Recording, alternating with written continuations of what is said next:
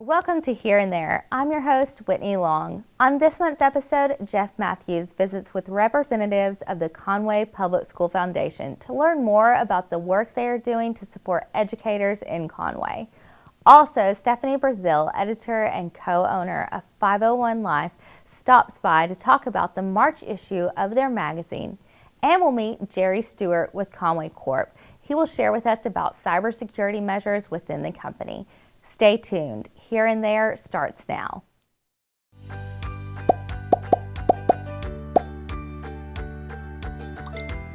You've arrived at your destination. Welcome back. We're joined today by Jeff Matthews of Conway Corp to introduce us to the leadership for the Conway Public Schools Foundation and to learn about the work they do to support educators in Conway. Thanks, Whitney. Yeah, I'm here with Dr. Chanel Ely. She's at UCA normally, and we've had her on the program a number of times. She's not normally at UCA. She's still at UCA, but she's here today in a different capacity. She's here today as the president of the Conway Public Schools Foundation, and we're going to talk about an organization that I've got some history with. I was on the board years ago and love what you all do, and so I'm aware of the foundation. But Chanel, I want you to tell people watching, what exactly is the Conway Public School Foundation and what is it not? Because we were talking about that before. It's not the school board. It's it's not the public schools. It's something different. Right. So we basically exist to support Conway educators in a nutshell. And we do that through classroom impact grants. And so we raise money basically to put back in the classrooms. And so we have a very fun job and very rewarding job because that's solely our mission, is to elevate the student experience through classroom impact grants. And I love the way that this is decided is that the teachers they'll come to you and say, okay, this is my idea. Right. This is what I think I could use this money for. And so, not to put you on the spot, but think about some of those that you've seen over the years. What are some of the ways you've seen the grants impact students?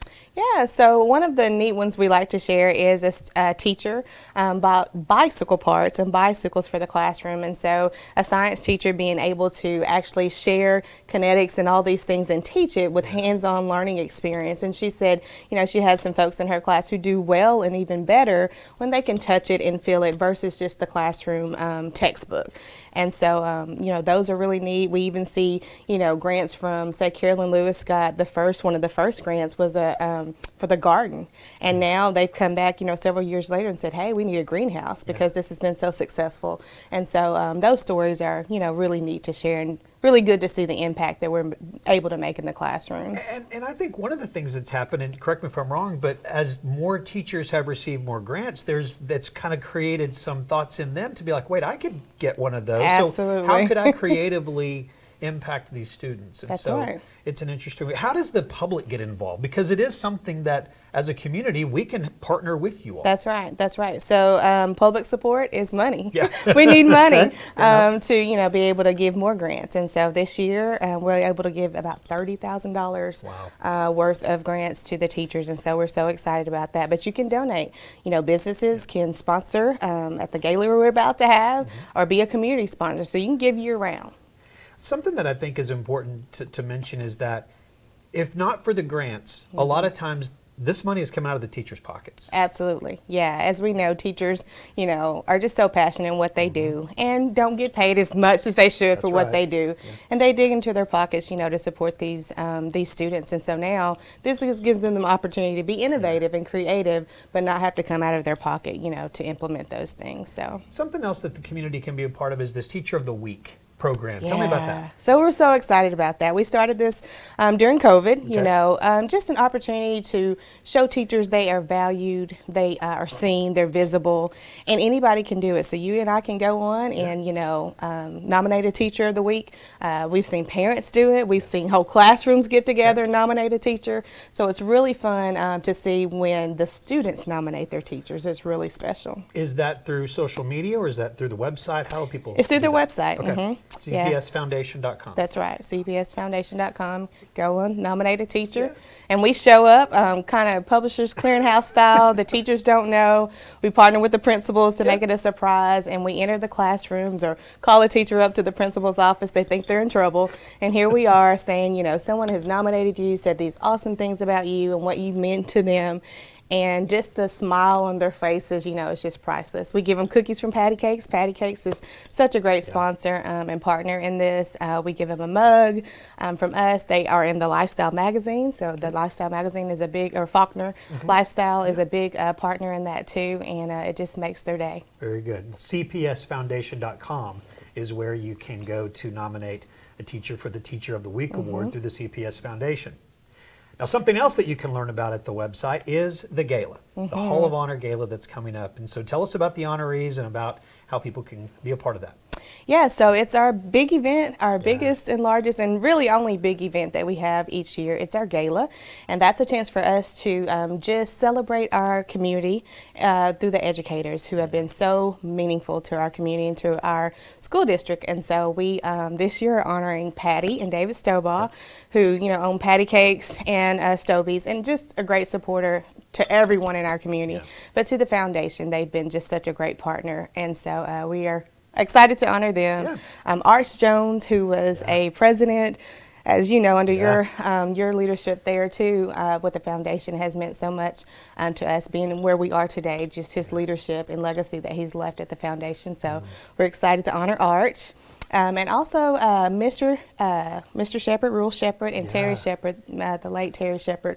We're going to honor them as well for their legacy they've left in education there. It's a special night. I've had a chance to MC it a few times and be at the event. If you ever go inside the auditorium, it's where all those plaques that are there up on the right, those are the previous honorees. So if you're interested in that, how would people join you? Can you buy tickets at the website? You can buy tickets at the website. They're $50 individual tickets. Sponsorship tables are still available. It's $1,000 for a sponsorship table for 8. But, you know, it'd be great if a sponsor wanted to just say, you know, hey, what educators, you guys go and enjoy this event tonight and want to sponsor some teachers to come. That would be just really fantastic. We'd love to have them there. Very good. Well, thank you for the work you're doing to help teachers, and we obviously appreciate teachers. Our company was founded in education too, so it's a good partnership. Thank you for what you're doing. Thank you. Happy New Year, Conway. We want to take this time to thank everybody in Conway for such a fantastic year here at Brooks Fine Jewelry, and remind everybody this is the factory store. There's always something new and innovative here at Brooks Fine Jewelry. We can now engrave the nameplates for anybody that wishes to acquire them, and we're here to engrave anything you have. Any items that you wish to engrave, bring them on in. So coming in 2022, there'll be a lot of new diamond deals and a lot of new diamond items coming out. Come see us at the factory store, and Happy New Year, Conway. Welcome back, and thank you for being with us today. I'm here with Stephanie Brazil, editor and co-owner of 501 Life magazine, and she's going to share with us today about the upcoming March issue, the cover page, and a lot of the other wonderful topics that we've got for Faulkner County. So thank you so much for being with us today. So tell us more about the cover story. So our theme is work in the 501, and we felt like Nabholz Construction Corporation would be a great company to feature. And Chairman Emeritus Charles Nabholz was kind enough to pose in front of one of their current projects, the St. Joseph High School building. And this company is really amazing, has its roots in Faulkner County, as everyone knows, but we give the backstory. He's one of 12 children, the youngest son, and his elder brother, Bob Nabholz, founded the company 73 years ago, and we tell how that happened. How did that come about? It came about when he was building a house for his wife when they were engaged. So it's just a really sweet story, but this company's in 7 states, and they have made more than $4 billion in commercial buildings. So it's a huge company from our county, really proud of them, and you can learn more about them in that story. I love that, digging deep into their life and the why behind what they do. That's wonderful. And then we've got the Nurses Honor Guard. So tell us about that. This is new to our county, but Vicki Buckner has founded the Nurses Honor Guard here. It takes place in other parts of our country, but it wasn't in this region. And we have so many medical people in this county. So we want them to know that when a nurse passes away, they can talk to the funeral home or contact Vicki directly, and they'll do a special service within their funeral service. They speak the Nightingale Pledge, and they kind of release that nurse from service. They include a lamp and a rose and a candle, and they give that to the family. So we just want people to know that's available to families. Wow, incredible. They do. Especially these days, they serve such a huge role in our community with COVID and taking care of us. everything else. So that's incredible. And you've got a great contest coming up. Sure. I want to make sure that parents and grandparents know that there are 2 current art contests going on. One is the Daffodil Days contest that we sponsor with a couple of other businesses, and it's something that any child, kindergarten through 12, can participate in. We have information about that in the magazine.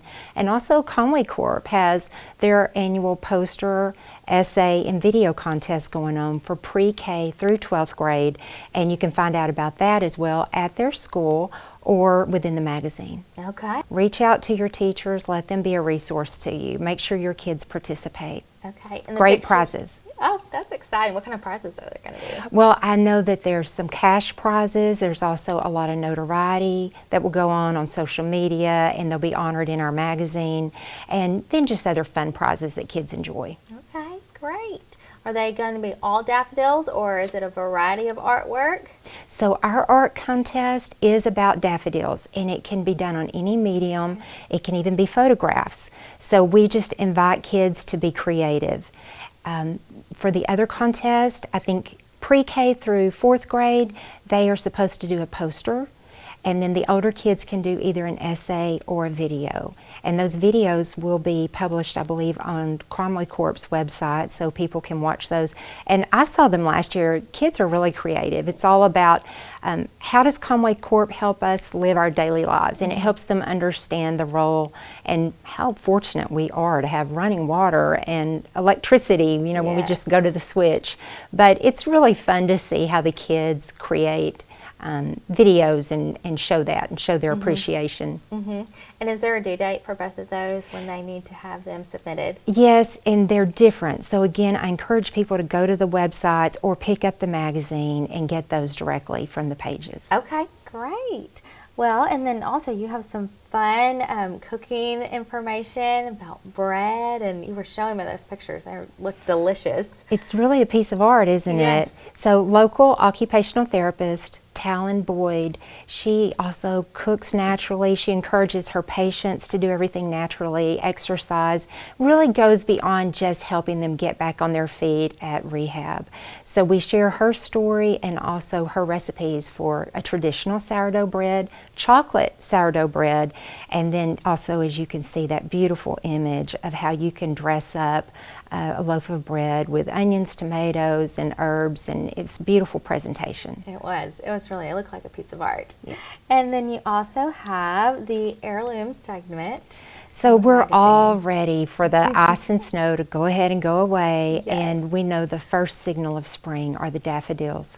And so this story was brought to us by Linda Henderson, and she really talks to us about how if you drive beyond the really populated areas and look around, when you see areas of daffodils, often a family lived there in the past and some lady planted those. So it reminds us of people from our past in our county, and also just encourages us to make our own positive imprint. It's neat, you see them in the most, odd places out in the middle of a field, and there'll be a little barn close by or something like that. Right. But So she makes us think more deeply yes, about that. I love that. Thank Well, you. that's wonderful. Thank you. Are there any other topics that we need to be aware of in the magazine that we should check out? There are just so many good stories. We really have dozens of stories from this region. So I encourage people to pick it up or read us online at 501lifemagazine.com. And it's out on stands now at all major retailers, restaurants, and outside our office in downtown Conway. Wonderful. Thank you so much, Stephanie. We always love meeting with you and hearing all about the great topics that are in the magazine. Thank you for inviting me. Thank you. Happy New Year, Conway. We want to take this time to thank everybody in Conway for such a fantastic year here at Brooks Fine Jewelry, and remind everybody this is the factory store. There's always something new and innovative here at Brooks Fine Jewelry. We can now engrave the nameplates for anybody that wishes to acquire them, and we're here to engrave anything you have. Any items that you wish to engrave, bring them on in. So coming in 2022, there'll be a lot of new diamond deals and a lot of new diamond items coming out. Come see us at the factory store, and Happy New Year, Conway. Welcome back to Here and There. We have a new segment for you. It's called How I Work, a first-hand account of the people and their jobs here at Conway Corp. Today, we meet Jerry Stewart. My name is Jerry Stewart. I'm the Administrator of Information Risk and Compliance, and this is how I work.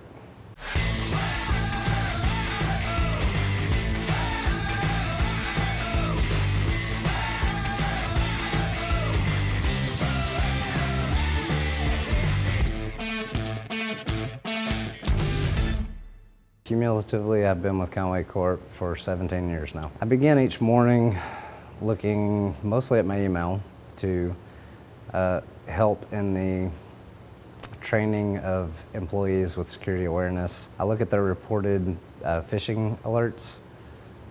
We run simulated phishing tests to help our employees better understand security risks and to be able to identify them on a daily basis.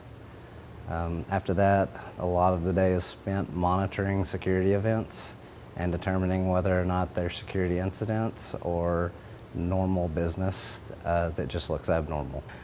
I don't always sit behind my desk sending phishing emails to people, but a lot of people, that's the way they see me at Conway Corporation, because that's my most public face in the company. In my role in information security at Conway Corporation, it began more as a cross with a security engineer. So that would have been someone who also made firewall changes and network device access list changes, things like that. And since then, it's gone more of a regulatory compliance and risk assessment role. I enjoy my job because it's different every day. It may sound like I do the same thing every morning, but I can promise you by about 9 o'clock it's changing every day. Somebody has a question, something needs to be addressed, something needs to be assessed. Sometimes people click on things they shouldn't, even after all the training, and that makes for an interesting day. My dad started working in Conway Corp when he was 18 years old, I believe. So I've grown up with Conway Corp. I've known Conway Corp is a great company to work for. I believe it's one of the best companies to work for in this area. When given the opportunity that I had a skill set I could give to Conway Corporation, I was glad when they hired me, and I couldn't imagine working anywhere else. I think if there's one thing that I could let the rest of our employees know, it would be that I'm more approachable than you might think. If you make a mistake, I would rather hear about it than to find out on my own, because then I have a lot more work to do to try to figure out what happened. If you click on something and you see a warning, or, it'd be great, drop me an email, give me a call, let me know what happened, and that way I can address it, because I promise you I've already got an alert that you did it. Thanks for watching. I'm Whitney Long, and we'll be seeing you here and there.